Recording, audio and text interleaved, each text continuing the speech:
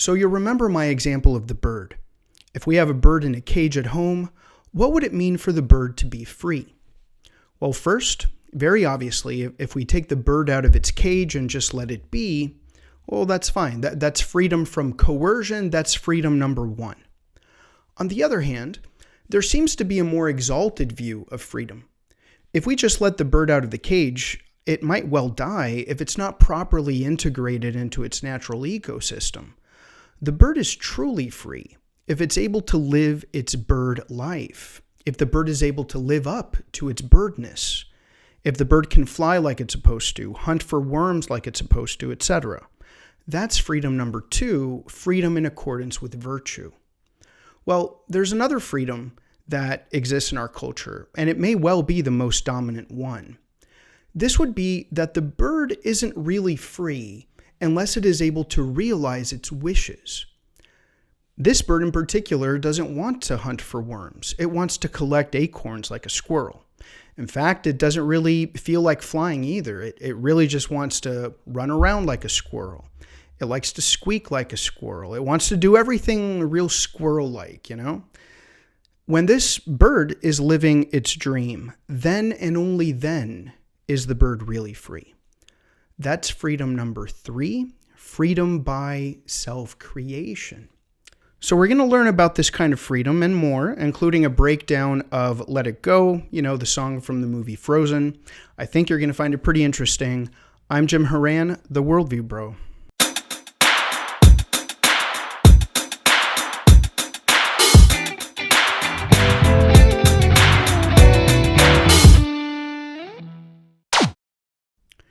Thank you as always, everyone, for joining me. I hope you've been enjoying the discussion on freedom as much as I have.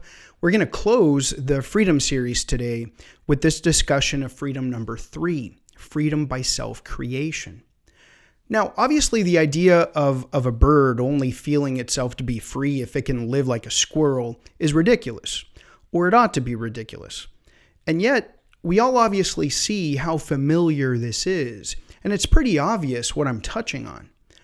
Let's not beat around the bush, actually, and just state it clearly. Look, the third view of freedom is one that rebels against the second view of freedom in particular. Again, freedom by way of virtue means that we find fulfillment in our lives when we live the way that we are intended by our own human nature. So it does presuppose the existence of a real human nature. The modern view of freedom says, hells no, okay?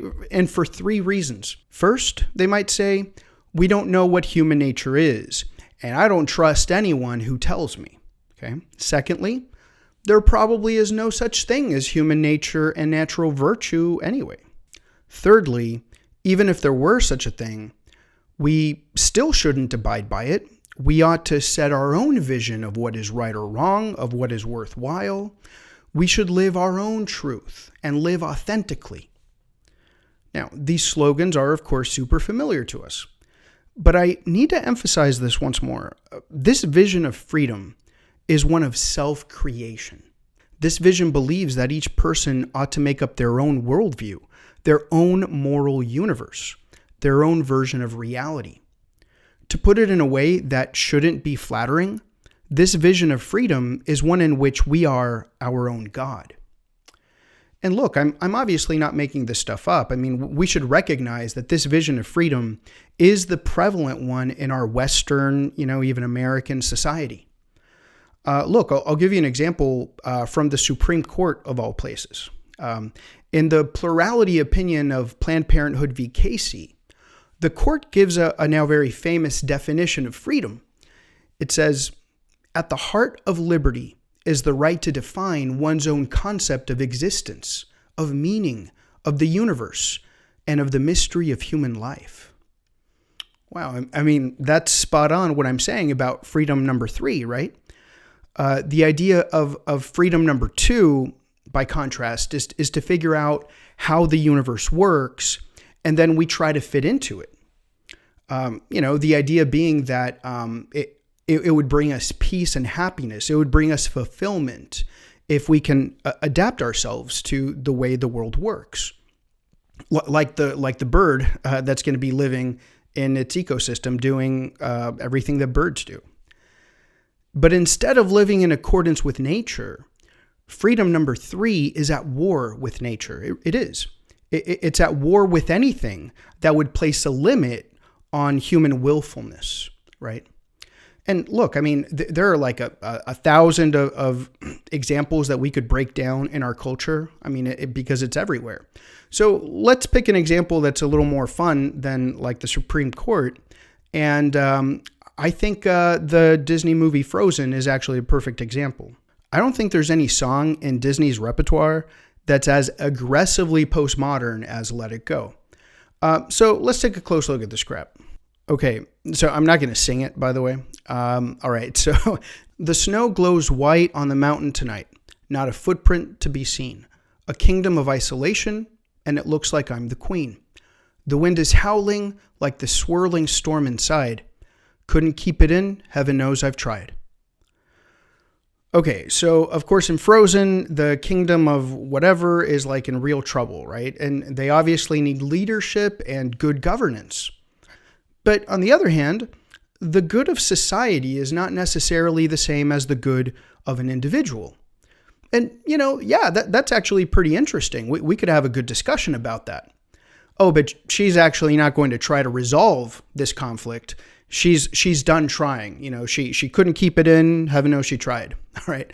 So 3 cheers for the individual, I guess. You go, girl. Okay, let's continue. Don't let them in, don't let them see. Be the good girl you always have to be. Conceal, don't feel, don't let them know. Well, now they know. Notice the derision about being a good girl, right? That's obviously a direct swipe at freedom number 2.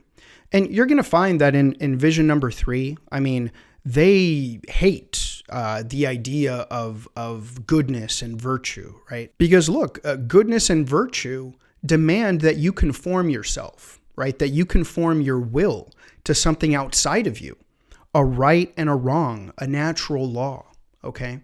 Freedom number 3 can't abide that. And by the way, Elsa's magical powers are actually a symbol of something deeper. The whole thing about being a good girl is implying that there's something more at stake here than just her powers, okay? Or her magical powers. Elsa isn't just concealing her frosty magical powers. She's concealing her powers of autonomous will, right? That this whole song is going to be about her autonomous will. And again, notice it is interesting that there's a big conflict between Elsa's autonomous will and the interests of the kingdom. I think kind of reading between the lines in the song so far, at least the writers of the song are being honest about that conflict. Anyway, let's continue here. Let it go, let it go. Don't start singing, y'all, okay? Just let it go, let it go. Can't hold it back anymore. Let it go, let it go. Turn away and slam the door. I don't care what they're going to say. Let the storm rage on. The cold never bothered me anyway. Slam the door. I don't care what they say. I mean, just adorable, right? I mean, who could possibly dislike this girl? And look, I honestly don't remember the movie very well. I didn't watch it again to prepare for this. I'm sure that like at the end of the movie, they make it out that Elsa's autonomous will ends up being exactly what saves the kingdom. But who are we kidding here? I mean, she's slamming the door on society, very, very obviously, right? Because she needs to live her authentic life now. Okay, let's keep going with this. It's funny how some distance makes everything seem small, and the fears that once controlled me can't get to me at all. It's time to see what I can do, to test the limits and break through. No right, no wrong, no rules for me. I'm free. Okay, so obviously that's the money stanza of the song. But it was definitely leading up to that. Okay, it was definitely leading up to that sentiment and to that, to that pattern. She wants to break through the limits. The limits of what? Well, of traditional morality, of course. No right, no wrong, no rules for me. I'm free. Freedom number 3. Screw freedom number 2, right? I mean, this is exclusive freedom number 3 territory we're dealing with here. my own vision of what the universe should be. That's freedom. Not to understand the universe, not to learn wisdom and figure out what brings peace and harmony to a society, but to follow the vision of your own will, your self-created will. Okay. Like this language of breaking through and despising right and wrong, it should actually remind us of Dostoevsky. This is very similar to what happens in Dostoevsky's Crime and Punishment. Elsa isn't the first person to break out of the limits of right and wrong with her superpower. Raskolnikov in Crime and Punishment does the same thing. Of course, his superpower is murder, which, if you think about it, if you want to make a clear and distinct break with traditional morality, murder is probably the best way to do it. I mean, I think Elsa would have made a more powerful statement doing that. Okay, so am I saying that Frozen, the Disney movie, condones murder? Absolutely, I am. At least indirectly, yes. Okay. I mean, hey, why should she be the good girl? She's always told to be, with right and wrong and rules and all that crap. Okay. All these things, put a limit to her dreams. Oh, but come on, just because we're saying that we should live our authentic life now, it doesn't mean we condone murder. Elsa doesn't want to murder anyone. Okay, well, sure, maybe Elsa doesn't, but any number of real people would certainly love to. I mean, under what standard? That's the point. Like, under what standard can we say that someone's dream of conquering the world and exterminating a certain element of the population, how can we say that that's wrong? No, I mean, seriously, if we adopt the third view of freedom, all we can do is hope that most people don't make it their dream to kill people, or that there's a critical mass. You understand, like that there's a critical mass of people that make it their dream to live a peaceful world. Okay, but there are so many problems with looking at the world in that way. I mean, we could have a discussion about the tribalistic world that creates. Okay. But let me not even go there. I mean, the very fact that we automatically recognize that peace is good and that death and war are bad completely undermines the ideal of freedom as self-creation. And this is what Raskolnikov eventually figures out in Crime and Punishment.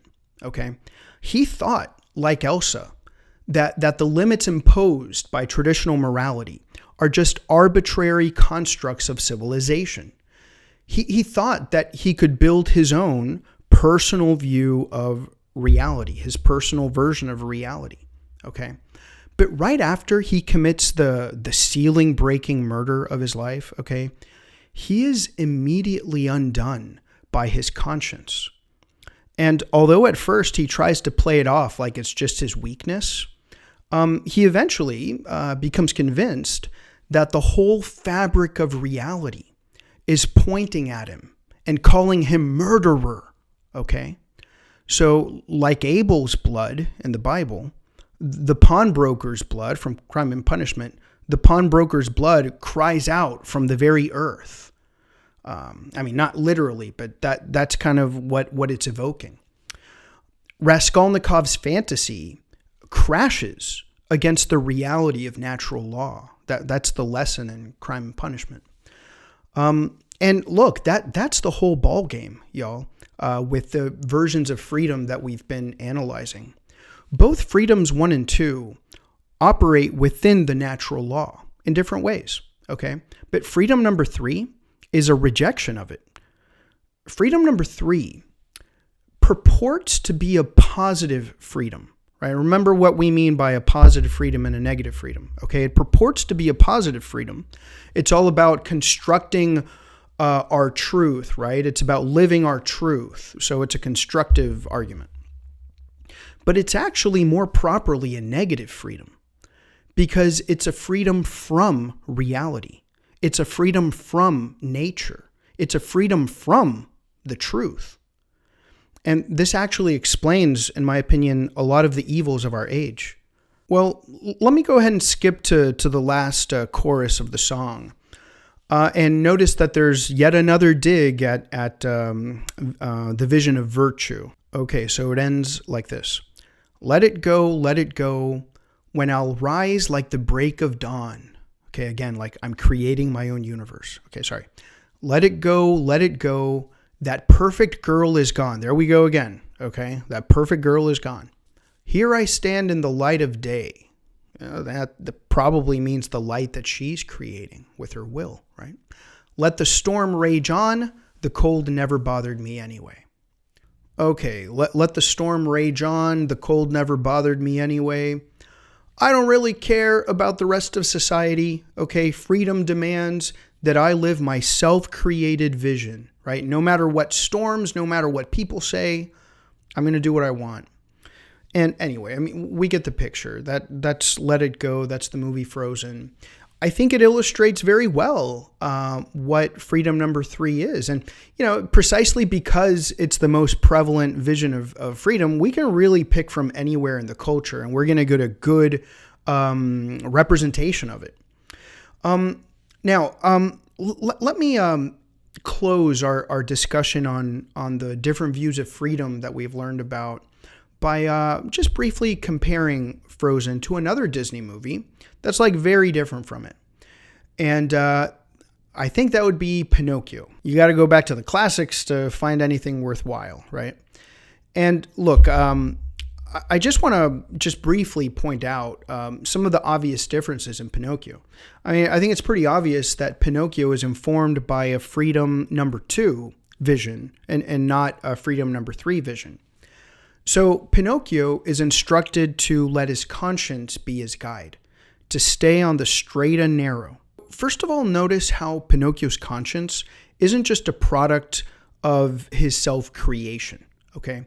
It's something that's connected to an external reality. It's a character, Jiminy Cricket. And by the way, many have pointed out that it's not coincidental that those initials are JC, okay? So our conscience is our natural capacity to tap into that real moral fabric in the universe that Raskolnikov was tapping into, right? And it's Pinocchio's quest to live accordingly, to live virtuously. And if he does that, he'll be in tune with human nature and he'll become a real boy, okay? He'll achieve freedom number 2. But if he strays and just follows his whims, he ends up in Pleasure Island, where he becomes enslaved by his own passions. And instead of turning into a boy, he starts to turn into an animal. Okay. So anyway, I mean, those are kind of like the big points, right? And the contrast is incredible. It's obvious that times have changed, but we should consider if it's necessarily for the better, I don't think it's necessarily the case that just because history moves forward and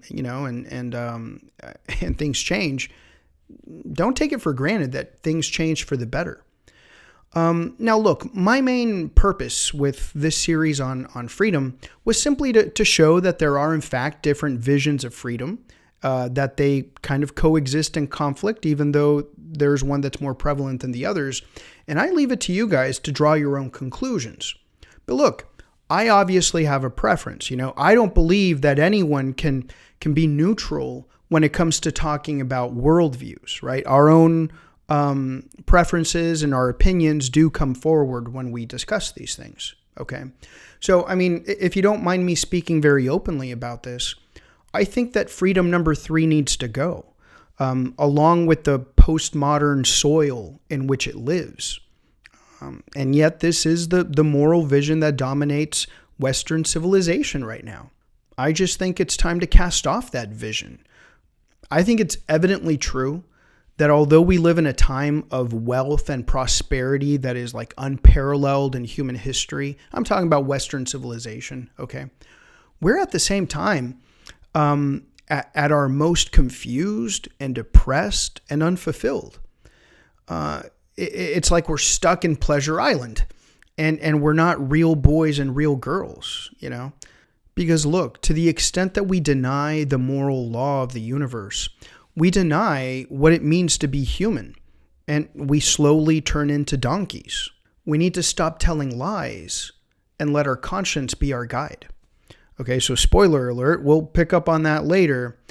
In the meantime, guys, please let me know what you think below. Do you agree with my assessment of Frozen, of Pinocchio? Do you think freedom number 2 is actually a good thing? Look, trust me, I didn't get to everything that I wanted to say about freedom, but it's probably time to move on.